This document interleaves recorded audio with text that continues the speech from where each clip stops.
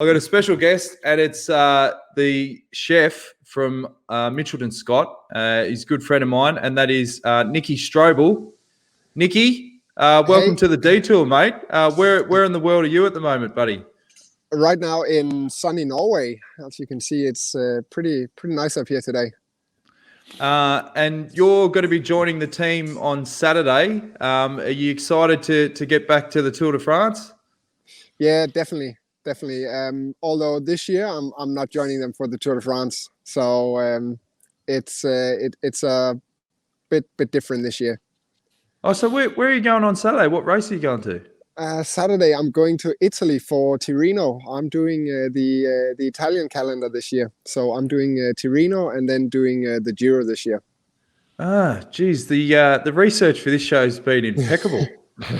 We've had internet issues. I thought you were joining the boys at the tour. It's all happening, but you've done many Tour de France's, Nicki, and yeah, I've done a few Tour de France's, a few with you actually. Yeah, that's right. In fact, you can cast your mind back to an incident in 2012, the first tour with Green Edge when you were the chef. And do you want to recount the story of the day you smashed up Brian Nygaard's car? I didn't smash any car. Yes, you did. You were backing Brian Nygaard's car out and you hit a pole. We had an agreement then. The agreement was that I made you dessert every night and you would never tell anyone. So Nicki hit this pole, Iffy, and I saw it. I was the only guy. And I said to Nicki, listen, there's two ways we can play this, mate. I can dob you into Nygaard and he's going to be pretty filthy, or I keep it quiet and you give me all the desserts and the first round of lamb shanks tonight as soon as the riders are finished. And that continues for the rest of the tour. So we shook on it, and then the team doctor, Manuel, borrowed that car and went to the airport, and a bee flew into his car, and he sideswiped two cars on the freeway and totally wrote the car off. So that was bad luck for Nicki, but we had an agreement. So, yeah, he stuck to that.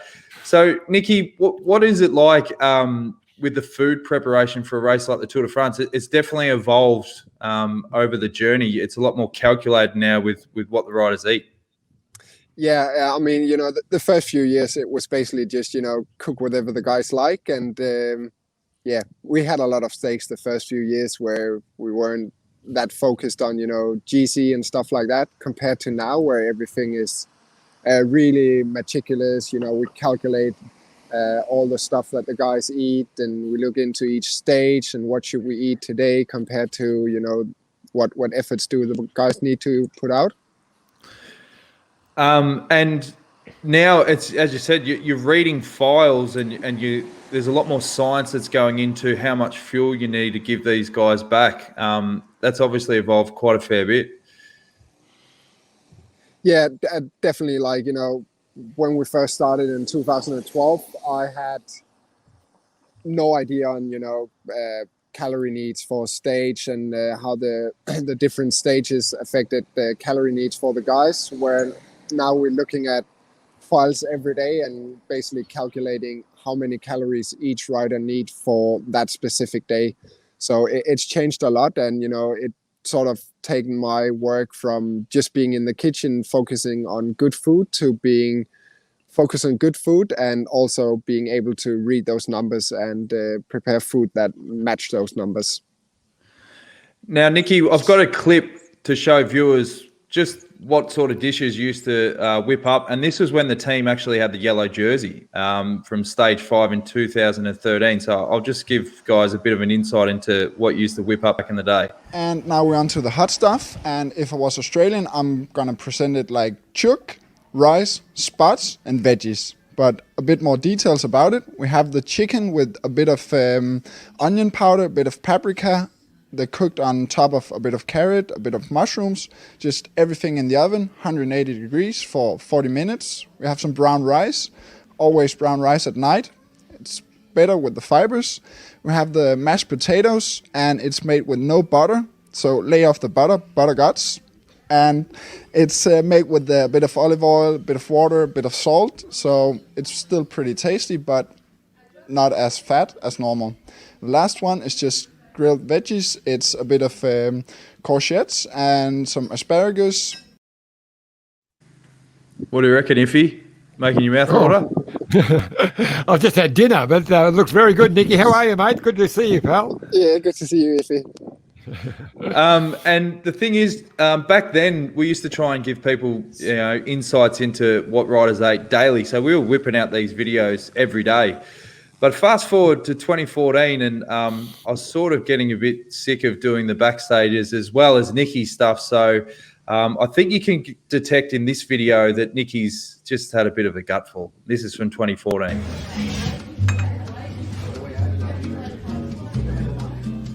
Good evening and welcome to Taste of the Tour. Well, last year we did one every day, but this year Jonesy is getting pretty lazy. So this year we'll just do one on each rest day to make sure Jonesy can last through the whole tour. He had a rough month in Brazil and we don't want to run him out. So, well, tonight the dinner is a bit less than normal because we just had a rest day. The boys didn't do much other than just hang around talking to journalists. So tonight we have gazpacho, cold Spanish tomato soup, and then we have sauteed chicken with a peanut sauce and some fresh fruits with yogurt cream for dessert. Follow me on Twitter. I post pictures almost every day, and follow me at. And yeah, in general, the last week of racing has been really hard for the boys. So we served a lot of carbs and tried to stay away from the fat. Just keep it pretty healthy. Bit of veggies and pretty basic healthy food. So we don't want to get them that famous Australian butter gut. You love the reference to the butter gut. Well, You're talking about Dan again, weren't you? You're referring to Dan all the time. guess who taught me that one? Basically, all the bad words I learned in English, I learned from Dan. But you were good in the kitchen, Nicky. You used to let me cook at times, mate. We had some good times in the kitchen. And then that ended one sad day in Belgium. You can ask one of our sports directors how his I can't remember before which race it was. Maybe it was before Flanders, but some of the staff had a rough night after Jonesy's cooking. Yeah, 8 went down with food poisoning. This is before the pandemic when everyone washes their hands all the time, But before we get away from what you were talking, Jonesy, when you were talking to me earlier, you were explaining to me how now that Nicky actually looks at the minute data that a rider uses for the day and then tries to replace that individually with the riders at night. Is that the case, Nicky? Yes. So every day when the riders get in, we get the numbers from, the Garmin units on their bikes. And that gives us a number of how many calories they burned that day on the stage. And then we try to replace everything. So our goal is to try and replace all the energy they spend on the bike. But some days it's not possible. So we have to, look at other days too and, do a bit extra some days just to fill up on the big days. To put it in perspective, on a big day, some of our riders will burn more calories on the bike than most people do in 2 days. And that's just like those 5 hours when they're on the bike. And also, do you have to almost be like the food police? Because I know in previous years there's been certain riders, one rider who was addicted to Pringles, and you literally had to make sure that this rider did not have Pringles in his room or try and coerce soigneurs to feed him these Pringles? I mean, it's definitely gotten better. Sometimes, you have to tell the boys that, there's better options than what they want to go for. But I mean, end of the day, sometimes you just want that tub of Pringles, but not every day. And another thing people wouldn't realize is, as the chef, you have to use the facilities at hotels. So across France, when they're staying at hotels like, the Kyriads and these sort of ones, they don't like you in the kitchen, which adds more dramas and hoops you got to jump through, Nicky. Yeah, I mean, chefs in general can be a bit stubborn and not really willing to let other people into their kitchens. So sometimes you have to really fight to get that spot in the kitchen and to be allowed to use the kitchen. We had cases where, you know, I have to put on the special clothes that they're wearing in their restaurant because, you know, they say it's because of hygiene reasons. I had to, you know, work in the smallest back room in different kitchens where there was literally no space, but that was the space they were going to give me. So there's been some interesting ones. There's even been kitchens where you're running away from because it's just too filthy. So, Nicki, you're trying to tell me that you come across an arrogant chef in France, really? A few times it happened, yeah. I mean, you know, French people have sort of a reputation without offending anyone, and then, you know, chefs have sort of that same reputation, so it's definitely not a good mix. And yeah, you met some really stubborn chefs in France. We're starting to get some questions in for you, Nicki. We've got one from Ryan McMillan. How is the risk managed when using hotel kitchens in this COVID age? I mean, for this year, we rented out a food truck just because of the COVID threat. So this year we're separate in a food truck. So this year it's not really a big problem. I know other teams are using the kitchen, and it's actually working out pretty well because the hotels and everything are already set up for all the COVID things. So, you know, everyone is wearing a mask. There's good space in between people and stuff like that. One of the teams that had the most impressive setup when it came to food preparation would have had to have been Team Sky when they had that 3-story kitchen truck. Was that the envy of all the teams, Nicki? No, not really. Not really. Really? No, I mean, it looks really fancy, and, you know, it looks good that you're like, oh, we're Team Sky, we're the biggest team, we got the biggest, best things and stuff like that. But, you know, it's good when you have the budget for it. But any gains you get from spending that much money is minute. We've got another question, and it's from Sally. She says, if there are several teams staying at the same hotel, do they all have their own chefs? Yes, every team bring their own chef.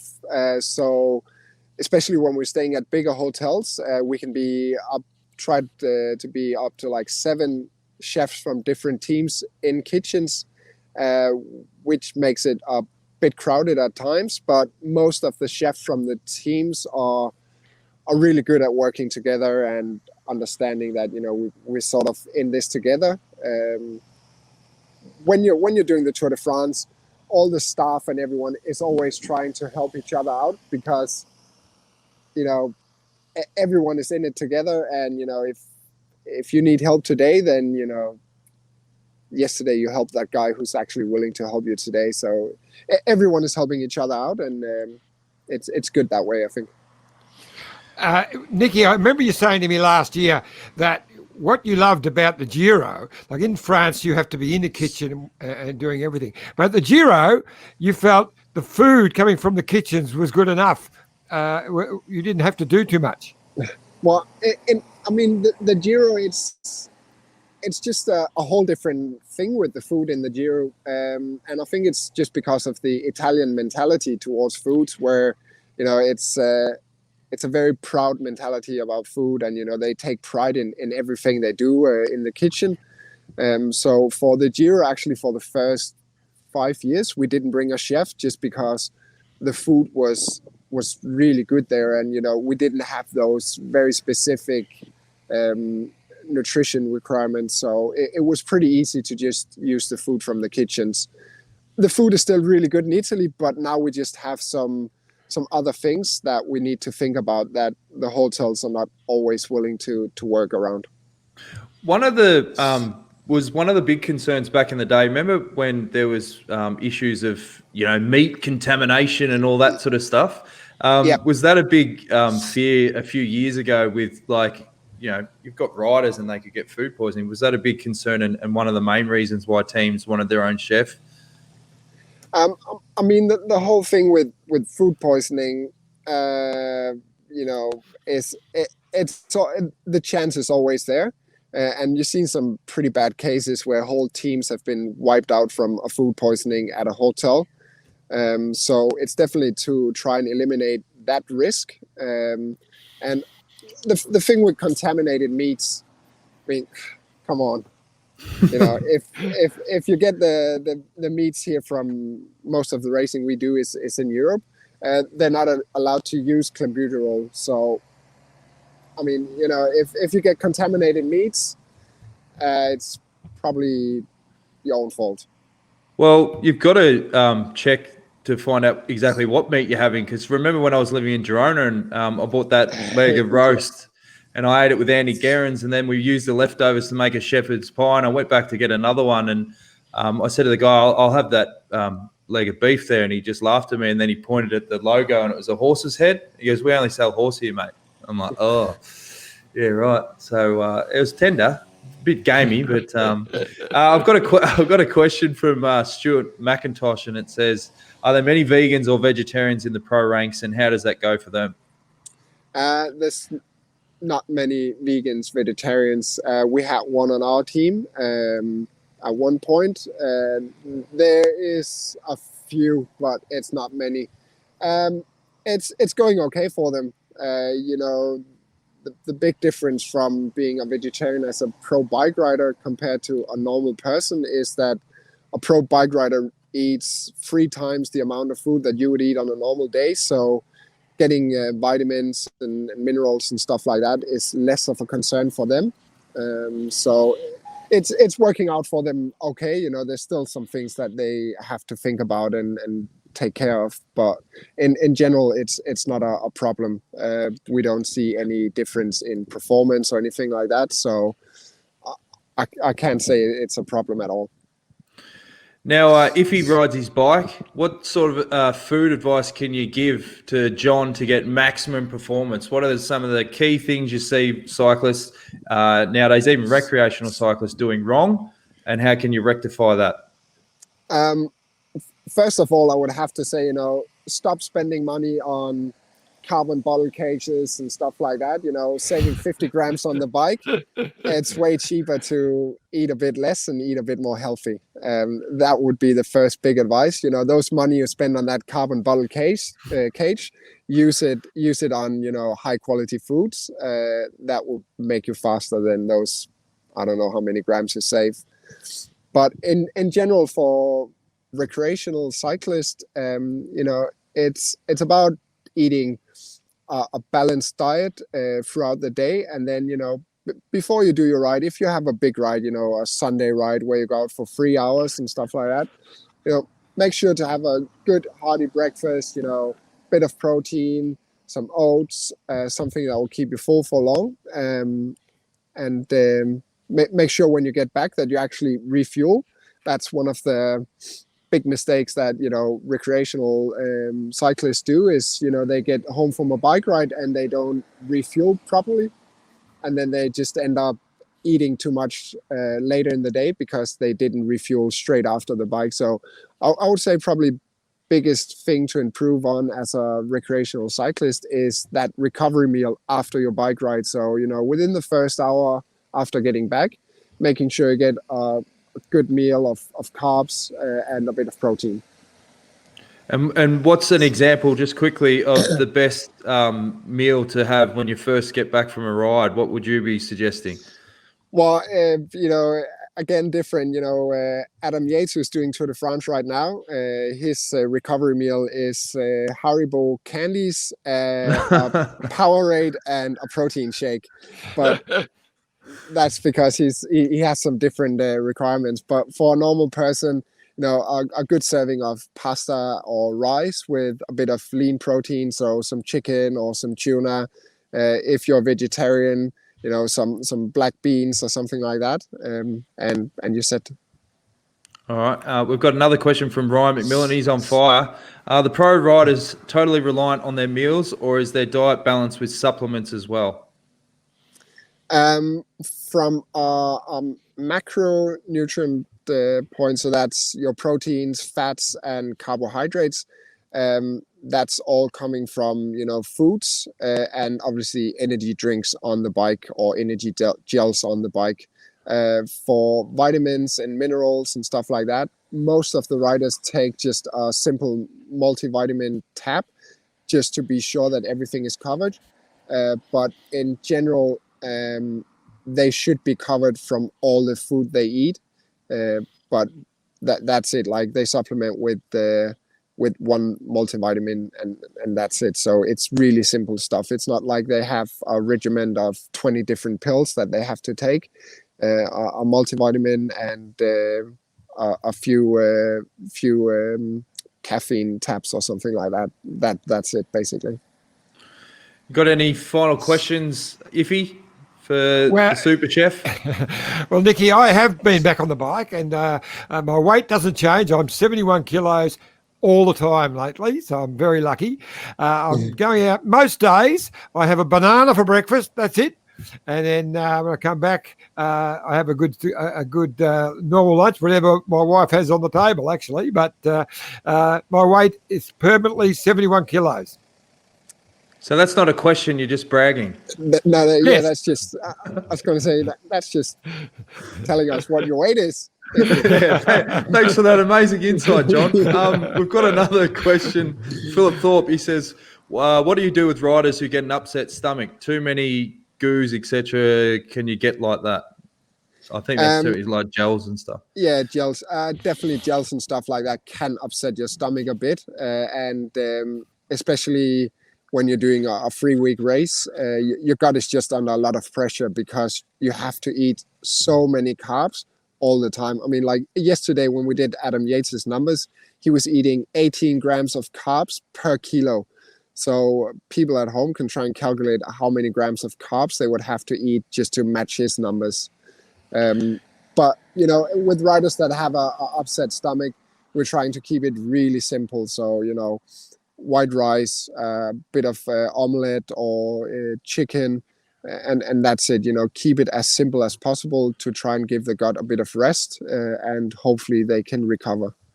I can remember a tour one year, Albacini actually put on a lot of weight because he had a problem with his liver or whatever. So how did you fix that through food?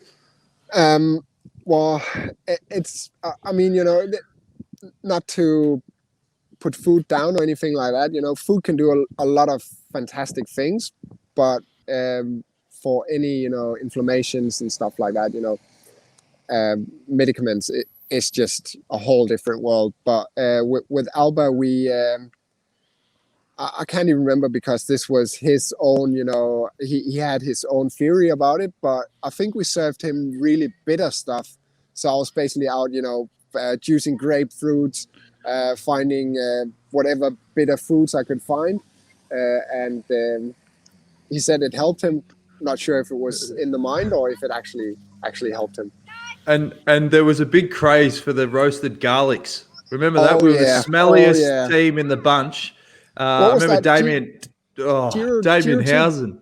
Yeah, Giro 2016, I think it was, where people were starting to get a bit sick and they were just smashing the garlics. At one point, a rider from a different team came up to me and he was like, what are you feeding these guys? Because they stink of garlic every day and we're sitting on their wheel. Like, you have to remember, at this point we were in the pink jersey in the Giro, so they were all sitting on the wheels of Damien Housen and Svein Toft, and they were just sweating out garlic. Are they still obsessed with garlic, or they stopped it? A few riders, once in a while when I do, whole roasted garlics, a few of the riders still smash them. I would say the biggest fan of those are still Whitey. And the mechanics are hating it when they see that there's roasted garlic for dinner, because they know the next day in the car it's going to be a long day.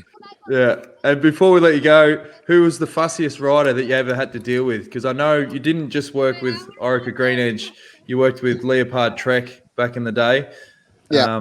Who was the hardest rider? Who used to complain the most? I think you already know the answer to this one. It would have to be Fabian Cancellara. Yeah. It was just like you never could win with him. If you cooked pasta, it was the wrong type of pasta. If you made, a cold pasta salad, it had to be warm. If you made it warm, then he preferred cold that day. You just couldn't win with him. Super nice guy, but it was one of those things. He always had to find something to complain about. Super nice guy, but a pain in the ass at the same time. There's plenty of those around, mate. Well, it's been fascinating. You got anything to add, Iffy, or you're good, mate? You want to brag again? Tell us another story. I'll just say one thing, Nicki. Great to speak to you as always. It's interesting to watch when you're preparing the riders' food bags and what they're eating. It hasn't changed that much since my day when I raced over there in the late 70s, early 80s. Hey, hang on. It hasn't changed that much, mate. You were smoking on the start line at the Giro. Yeah, I think it has evolved. I'm not talking about me. I'm just talking about the actual food that the riders ate and took with them in the race. Now the rice cakes and all of those things. Okay, we didn't have the fancy gels and some of the micro adjusting that they're doing now, but the basic food hasn't changed that much. No, it hasn't changed that much. You're absolutely right. It's still very, very carb based, and a lot of rice, a lot of pasta.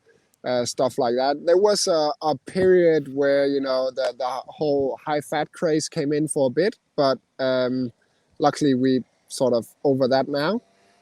But in general, no, it hasn't changed much. The biggest change would be in the gels and the energy drinks. But it's hard to find a supplement for pasta or rice that's better.